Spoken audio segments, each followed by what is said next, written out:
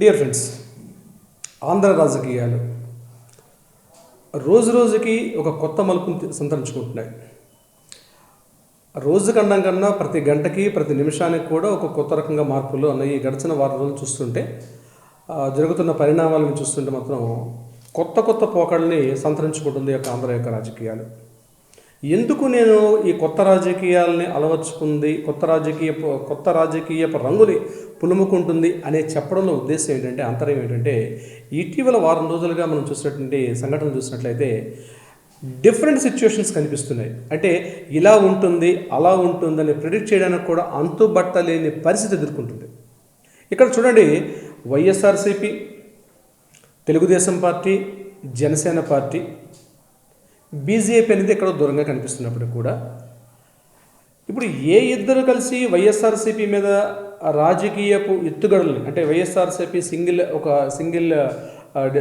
Single largest పార్టీగా ప్రస్తుతం ఉన్నప్పటికీ కూడా ఇప్పుడు రాబోయే ఎలక్షన్స్లో కూడా టోటల్ 170 స్థానాల్లో సింగిల్గా ఎవరి పొత్తు లేకుండా వైఎస్ఆర్సీపీ అన్నది పోటీ చేస్తుండడంలో ఎటువంటి సందేహం లేదు. ఇది క్లియర్ కట్.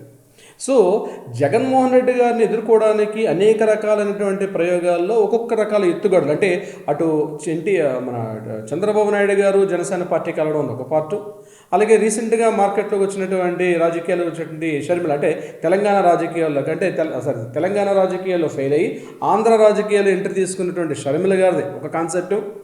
ఇది కాకుండా బీజేపీ, షర్మిల, పవన్ కళ్యాణ్ గారు, మన చంద్రబాబు నాయుడు గారు, ఈ నలుగురి మధ్య ఎవరితో పొత్తు పెట్టుకుంటారు, ఈ సింగిల్ లార్జెస్ట్ డిజిటల్ పార్టీతో ఎవరు ముఖాముఖి యుద్ధానికి వస్తారు, సో జరగబోయే పరిణామాలు ఎట్లా ఉంటాయనే విషయాన్ని చూస్తే ప్రతి సామాన్యుడు కూడా ప్రతిరోజు జరుగుతున్న పరిణామాలు చూస్తూ ఇలా ఉంటుంది అలా ఉంటుంది ఇలా ఉంటుందని చర్చించుకోవడం జరుగుతుంది. అయితే ఇప్పటికే ఆల్రెడీ చంద్రబాబు నాయుడు గారు, జనసేన పవన్ కళ్యాణ్ గారు కలిసి మేమిద్దరం కలిసి జాయింట్గా వెళ్తాం అన్నది, ఆ విషయాన్ని మనం చర్చించుకునే విషయానికి వచ్చినప్పుడు చంద్రబాబు నాయుడు గారు అండ్ జనసేన ఈ రెండు పార్టీల్లో మనకు ఒక విషయం స్పష్టమవుతుంది. మొత్తం ఉన్నటువంటి 175 స్థానాల్లో చంద్రబాబు నాయుడు గారు క్లియర్ కట్గా ఒక అంటే పార్టీ వర్గాలు, విశ్వసనీయ వర్గాలు చెప్పేది అంటే 25 నుంచి 30 స్థానాల వరకు మాత్రమే జనసేనను పరిమితం చేస్తారు అన్నది ఒక విషయం తెలుస్తూ ఉంది. ఒకవేళ 25-30 స్థానాలకే పరిమితం అయినప్పుడు తప్పనిసరిగా పవన్ కళ్యాణ్ గారు సెకండ్ స్టెప్ తీసుకొని ఇమిడిగా బీజేపీ తోటి పొత్తు పెట్టుకోవడం వల్ల అక్కడ సుమారుగా ఒక 75 నుంచి 100 స్థానాలకు కానీ పోటీ చేయడం వల్ల వచ్చే ఉపయోగాలు అలా ఉంటాయి. ఇక్కడ కుల వర్గీకరణ చూసినప్పుడు ఏమవుతుందంటే, ఇప్పటివరకు 1983 నుంచి ఇప్పటివరకు ఈ రోజు వరకు కూడా, అంటే ఎన్టీ రామారావు గారి తర్వాత కమ్మ రాజకీయాలు, అంటే కమ్మ సంబంధించిన సామాజిక వర్గానికి సంబంధించిన వ్యక్తి కానీ, లేకపోతే రెడ్డి సామాజిక వర్గానికి సంబంధించిన వ్యక్తులు మాత్రమే మన దగ్గర సమైక్య ఆంధ్రప్రదేశ్లో కానీ ఇప్పుడు ఉన్నటువంటి ఈ ఆంధ్రప్రదేశ్లో ఉంటుంది. అయితే దీని మీద కాపు వర్గీయులు కొంతవరకు కూడా మా నాయకుడు కూడా ఈ అవకాశం వచ్చింది కాబట్టి ఈ అవకాశం దృష్టిలో పెట్టుకొని ఇప్పుడు పవన్ కళ్యాణ్ గారు సుమారుగా 25 స్థానాలకు మాత్రమే పరిమితం కాకుండా సుమారుగా 100 స్థానాలకు పైబడి పోటీ చేయడం వల్ల కొంతవరకు ఇన్ఫ్లుయెన్స్ చేయగలుగుతారు. సో ఇప్పుడు కాకపోయినా నెక్స్ట్ ఎలక్షన్స్లో అయినా మా పార్టీ మా సామాజిక వర్గానికి సంబంధించిన వ్యక్తి ఒక ముఖ్యమంత్రిగా ఎదిగే అవకాశం ఉంటుంది కాబట్టి ఈ సందర్భాన్ని మనం అడ్వాంటేజ్గా తీసుకుందామని ఖచ్చితంగా వాళ్ళ సామాజిక వర్గం చెప్పడం తప్పేమీ లేదు. అయితే ఇక్కడ ఒకవేళ 100 స్థానాలు కానీ పవన్ కళ్యాణ్ గారికి సూచించినప్పుడు పవన్ కళ్యాణ్ గారు 100 స్థానాల్లో కూడా తన యొక్క ప్రభావాన్ని చూపుతారు అన్నది అది ఇంటెలిజెన్స్ యొక్క రిపోర్ట్స్ తెలిస్తే కానీ ఏ విషయాన్ని తెలియపరచుకోలేం. దీనికి సంబంధించి బీజేపీ స్తబ్దంగా ఉంది. అంటే బీజేపీ వాళ్ళు ఆలోచిస్తున్నారు ఏం జరుగుతుంది, అసలు చంద్రబాబు నాయుడు గారి పవన్ కళ్యాణ్ మధ్య సీట్ల సర్దుబాటు ఎలా ఉంటుంది.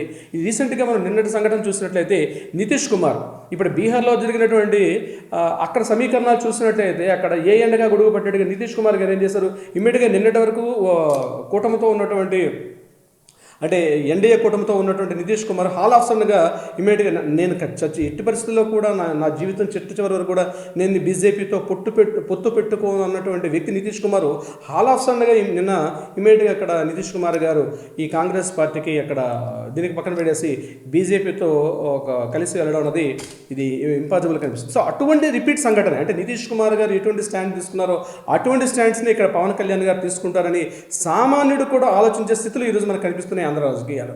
ఒకవేళ పవన్ కళ్యాణ్ గారు అదే స్థితిలో కానీ చంద్రబాబు నాయుడు గారు హ్యాండ్ ఇచ్చి బీజేపీతో కలిసి పొత్తు పెట్టుకుంటే మాత్రం దీని యొక్క పరిణామం ఎంతవరకు ఉంటుంది రాజకీయ వర్గాల మీద, అంటే రాబోయే ఎలక్షన్స్ మీద చూపిస్తున్నందుకు కూడా కొంతవరకు డౌట్ఫుల్గా ఉంటుంది. అంటే ఇక్కడ పవన్ కళ్యాణ్ గారు ఏ స్టాండ్ తీసుకుంటారు అన్నది విషయం మీద రాబోయే స్థానాల డిక్లరేషన్, అంటే ఒక 25-30 సీట్స్ కానీ ఇచ్చినట్లయితే ఖచ్చితంగా పవన్ కళ్యాణ్ గారు మాత్రం బీజేపీతో పొత్తు పెట్టుకున్న అవకాశాలు మాత్రం ఇప్పుడున్నటువంటి విశ్వసనీయ వర్గాలు ఏం తెలియపరుస్తుంటే ఖచ్చితంగా బీజేపీ స్టాండ్ తీసుకుంటారు, చంద్రబాబు నాయుడు దూరంగా ఉంటారని దానికి ఈ అవకాశాన్ని కల్పించే స్థితిలో కూడా అటు టీడీపీ వర్గాలు కూడా వాళ్ళు స్టేట్మెంట్స్ కానీ అలానే కనిపిస్తున్నాయి.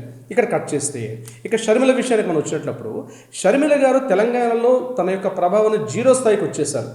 నాకు ఆంధ్ర రాజకీయాలు మా నాన్నగారు కాంగ్రెస్ పార్టీ ఉన్నారు కాబట్టి నాకు కాంగ్రెస్ పార్టీ నా బ్లడ్ ఉంది, నేను నా జీవంతా కూడా కాంగ్రెస్ పార్టీ అన్నప్పుడు మరి ఇదివరకట్లో ఉన్నటువంటి సందర్భంలో ఈ కరోనా సందర్భంలో కానీ ఇంతకుముందు హుదూద్ తుఫాన్లో కానీ షర్మిల గారు ఏ మేరకు తన ప్రభావం చూపించారంటే షర్మిల గారు ఎటు సందర్భంలో కూడా ఆంధ్ర రాజకీయాల మీద అంటే కరువు కాటకాలు ఉన్నప్పుడు కానీ హుదూద్ తుఫాన్ సందర్భించి కానీ లేకపోతే కరోనా సందర్భంలో కానీ ఎటువంటి యాత్రలు చేయలేదు, ఏమీ చేయలేదు. ఆంధ్ర ప్రజానికానికి దూరంగా నేను తెలంగాణ యొక్క బిడ్డని, తెలంగాణ నా పుట్టినిల్లు, నేను తెలంగాణ నా సొంత ఇల్లు అని చెప్పి నేను తెలంగాణ నుండి పెళ్లి చేసుకున్నాను, నా పిల్లలు తెలంగాణలో పుట్టారు, నేను తెలంగాణ వస్తానని అని చెప్పి అక్కడ ప్రచారం చేసుకోవటువంటి షర్మిల గారు తనకి ఎక్కడైతే తనకి రిజల్ట్ ఫెయిల్ అయిందో ఇమ్మీడియట్గా ఆంధ్ర వైపు తిరిగి ఈరోజు నాకు కొత్త సంబంధాన్ని చుట్టరికాన్ని తీసుకొచ్చి ఆంధ్ర రాజకీయాల్లో తీసుకొని ఇది కాంగ్రెస్ ఎత్తుగా అయినప్పుడు కూడా నాకు తెలిసినంత మేరకు షర్మిల గారి యొక్క ప్రభావం చూపుతారంటే ఆంధ్ర ప్రజలు అంత అమాయకులు కాదు. వైఎస్ రాజశేఖరగా గుర్తిస్తారు. అంతవరకు సంబంధించి ఒక రాజకీయాల్లో షర్మిల గారికి ఒక ప్రాధాన్యతను చూపించి షర్మిల గారి ఇన్ఫ్లుయెన్స్ చూపించి షర్మిల గారు ఏదో రాజకీయంగా ఒక ఇన్ఫ్లుయెన్స్ చేస్తారు, తన యొక్క ప్రభావాన్ని చూపుతారనడంలో మాత్రం పెద్దగా ఉండకపోవచ్చు నా అభిప్రాయం.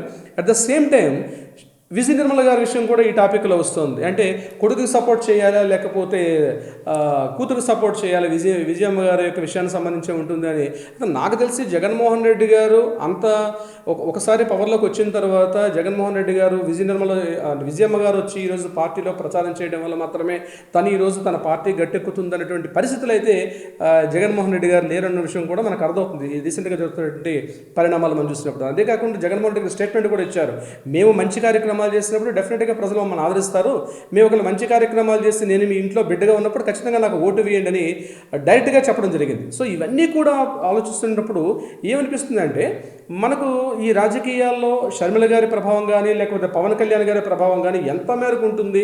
ఇప్పుడు పవన్ కళ్యాణ్ గారు లాస్ట్ మినిట్లో తన స్టాండ్ని కట్ చేసుకుని బీజేపీతో పొత్తు పెట్టుకోవడం వల్ల ఖచ్చితంగా ఈ ప్రజలు ఆయన్ని ఆమోదిస్తారా అన్నది ఒక క్వశ్చన్ మార్కు. ఇది కాకుండా కేవలం కాపు సామాజిక వర్గానికి సంబంధించినటువంటి ఓట్ల మీద ఆధారపడి నిలబడితే మాత్రం ఆయన ఒక ప్రజానాయకుడు అనిపించుకోడు. కాబట్టి ఒక ప్రజానాయకుడు అనిపించుకునేటప్పుడు అన్ని రకాల సామాజిక వర్గాలకి అలాగే రాష్ట్రంలో అన్ని సమస్యల మీద స్పందించే గుణటువంటి వ్యక్తి పవన్ కళ్యాణ్గా భావిస్తాం. కాబట్టి అటు కుల సమీకరణలు కానీ లేకపోతే సామాజిక వర్గం సంబంధించి కానీ లేకపోతే రాజకీయ పరంగా సీట్ల యొక్క సర్దుబాటు దీనికి సంబంధించి పవన్ కళ్యాణ్ గారు ఏ స్టాండ్ తీసుకుంటారు అనే విషయం మీద రాబోయే ఎలక్షన్స్ ఉంటాయి. కాబట్టి ఏ క్షణానికి ఏమవుతుందని క్షణానికి ఒక్కొక్క మార్పులు జరుగుతున్నాయి. కాబట్టి ఎలక్షన్ నోటిఫికేషన్ వచ్చిన తర్వాత కూడా మార్పులు జరిగే సందర్భం ఉంది. కాబట్టి జరుగుతున్న పరిణామాలను మనం దగ్గరగా చూస్తూ గమనించడం తప్పించి ఒక స్టేట్మెంట్ ఇలా జరగవచ్చు ఇలా అయిపోతుంది ప్రిడిక్ట్ చేసే పరిస్థితులు అన్నీ పోయాయి. కాబట్టి ఏ యొక్క పార్టీ కూడా ఏమవుతుందని చెప్పే పరిస్థితి లేదు. కేవలం వైఎస్ఆర్సీపీ పార్టీ మాత్రం అబ్జర్వ్ చేస్తుంది. నాయకులు వెళ్తున్నారు, కొంతమంది మంచి నాయకులు ఉన్న వాళ్ళు కూడా దీనికి వెళ్ళడం ముందుకు వెళ్ళడం ఇవన్నీ కూడా సర్దుబాట్లు అనేవి చూద్దాం పరిస్థితులు ఎలా ఉంటాయో. సో ఫ్రెండ్స్, నెక్స్ట్ వీడియోలో ఈ జరిగిన మార్పుల సంబంధించి మరొక వీడియో ద్వారా మళ్ళీ మిమ్మల్ని కలిసే ప్రయత్నం చేస్తాను. అప్పటి వరకు సెలవు. Thank you so much.